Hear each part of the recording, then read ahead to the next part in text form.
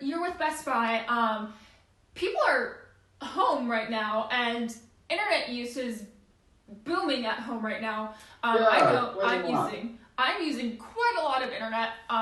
That's why you guys are doing watching this right now at home, because I'm assuming everyone's using a lot of internet at home and spending a lot of time on social media. I'm working from home. People are working from home. People are going to class from home. So what are some tips and tricks that people can do? I have some, questions for you. So first of all, check the internet speed. What's up with that? So that's kind of your starting point, because that's easy to do from home, and also it's free. That's always a good starting point. There's two main sites that I personally use. The first one is going to be speedtest.net. The .net is important. That one is going to be great if you're doing work from home, so you're doing video calls like we're doing now or anything of that nature, because it tests not just your download speed, but also critically your upload speed, which right now, working from home, that's going to be the more important thing when you're doing video calling, because you're going to need probably around 5 to 10 megabits per second to be able to handle that. It also makes sure that you're getting the speed that you're paying for. There's no point in upgrading your router if your speed is more being limited by your internet service provider than your equipment. The other really good one that I like is fast.com. The cool thing with that one's run by Netflix, so it looks like Netflix traffic. So if you're not so much working from home and you're just trying to watch like Netflix or YouTube or anything of that nature, you're getting a lot of buffering there. That's going to be great for that one, because that's more real world traffic. My other hidden secret one, Best Buy plug here.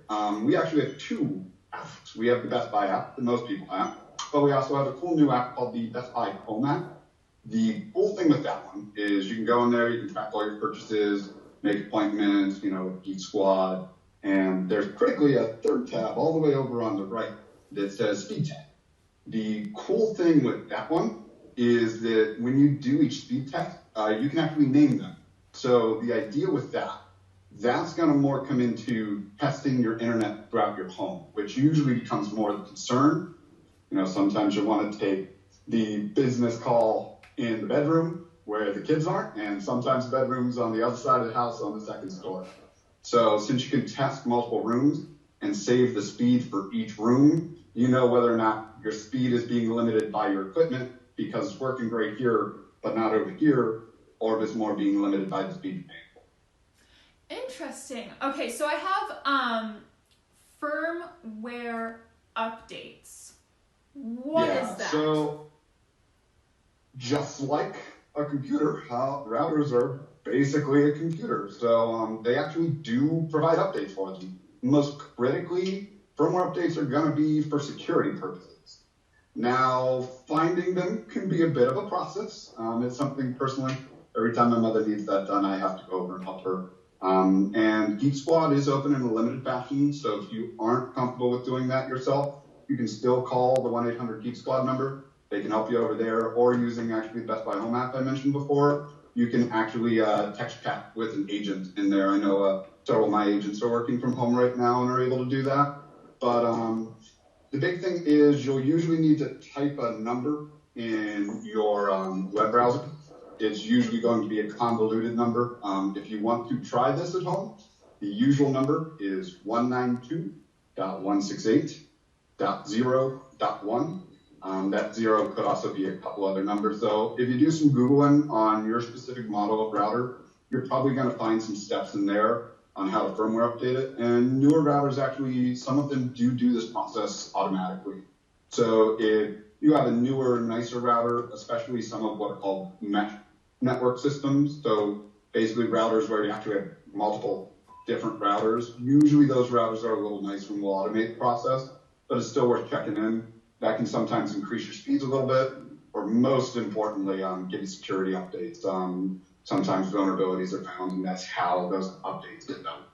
So, placement optimization, where do you want to have your modem and your router placed in your home?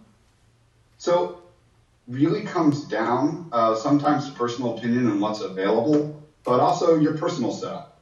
If you're only going to ever be doing all your work from one room, I would leave your router in the office. But for a more normal use like everybody's going to have, because now with people having all these connected devices, things like, security cameras, thermostats, phones that now go throughout your whole entire home, usually you kind of want it in a central place, but also critically, I know some routers may look a little ugly, but don't shove it in like a closet or an enclosed space. Having to go through walls does decrease your internet signal. And while you may see, oh yeah, it's got full bars on my phone, I must be connected just fine.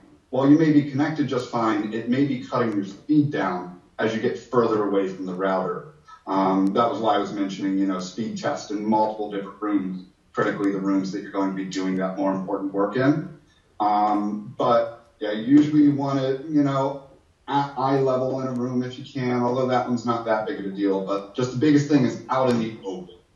By the way, if folks don't know at home, we aren't open, but we also are still doing like curbside contact-free pickup as well as ship to home on just about every product that we have available right now. So feel free to do those things.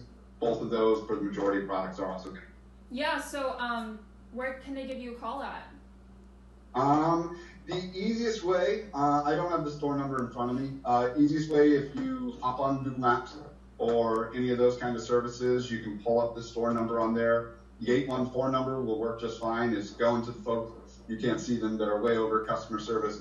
We got some phones kind of distanced apart, that way we're maintaining all the social distancing guidelines, but we have folks on those phones who are going to be able to take calls, be able to give you a hand. Awesome. Thank you so much for all the work that you've done. Please stay safe. And again, thank you. Certainly doing our best. Yeah, we're doing awesome. everything we can right now.